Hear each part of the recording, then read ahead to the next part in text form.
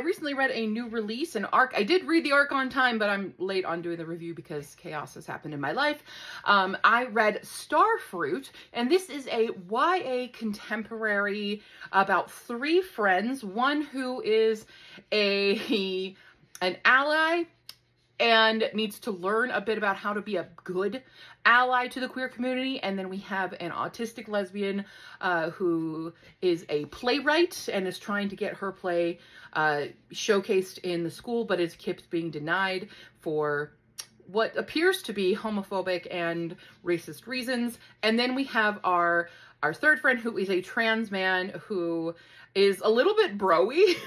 I had some issues with his characters, to be honest, but he is a problem because he has a crush on his lesbian friend, even though there is clearly a better option for him, but he just can't let go of that. And so it's kind of about these three friends' relationship with each other, and how, especially one friend, kind of domineering and forcing them into situations that they don't like, even though they are under the idea that they're helping them when it's really not helping them. So there's a lot of good depictions of this kind of dynamic, which is very real in the world, and I did like that. I had some other issues though, because this is about theater, and I'm a theater kid, and I do like showing things of theater outside of just the actors, but it did not make sense to me how these three kids were putting on a full production without funding yet. They were still trying to get funding because the school denies them, and so they're going to use the second auditorium basically and fund it themselves.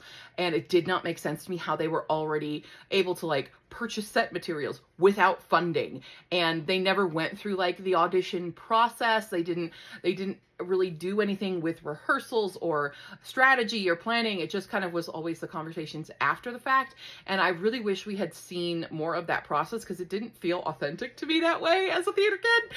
And then the ending of it, like, there is a romance for the autistic lesbian girl. I'm so sorry. I read it so long ago, I've already forgotten everybody's names. I'm so sorry. But her relationship seems like it's so fast and doesn't make any sense. So I didn't really believe the relationship. And I just really struggled with these characters as a whole, and just kind of the setting of the book. So I only gave it 3 stars. It might be a lot more for other people, but for me, I felt like it was just missing. It was too fast. It was just like, it missed a little bit of the meat that I wished it had.